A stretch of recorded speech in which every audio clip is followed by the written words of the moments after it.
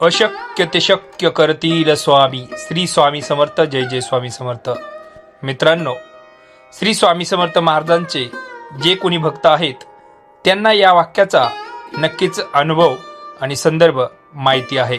मित्रांनो, हा जो मठ आहे तो पळसदरी म्हणजेच कर्जत आणि खोपोलीच्या मध्यभागी हा जो मठ आहे तो श्री स्वामी समर्थ महाराजांनी 11 दिवस इथे वास्तव्य राहून हा बांधून पूर्ण केलाय असं म्हटलं जातं.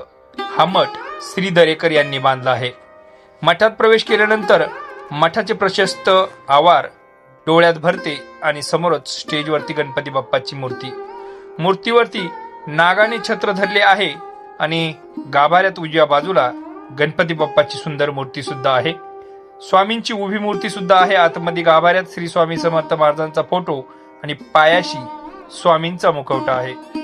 मठाच्या खाली तळघर सुद्धा आहे आणि येथे ध्यान मंदिर नक्कीच आहे. तेथे काळोख आहे. आजूबाजूला जेव्हा दिव्याचा प्रकाश होता तेवढाच त्या प्रकाशात स्वामींचं कारुण्याने भरलेले डोळे मात्र आपल्या वरती कृपेचा वर्षाव करतात असं भासतं. ध्यान मंदिरातून वर आल्यानंतर पुन्हा डोळे भरून स्वामींचं दर्शन घेऊन नामस्मरण केलं जातं आणि आता परत पुन्हा एकदा नक्कीच श्री स्वामी समर्थ महाराजांचं दर्शन पुन्हा कधी होईल ही आस नक्कीच प्रत्येकाला लागते. असा हा श्री स्वामी समर्थ महाराजांचा पळसदरी इथला मठ.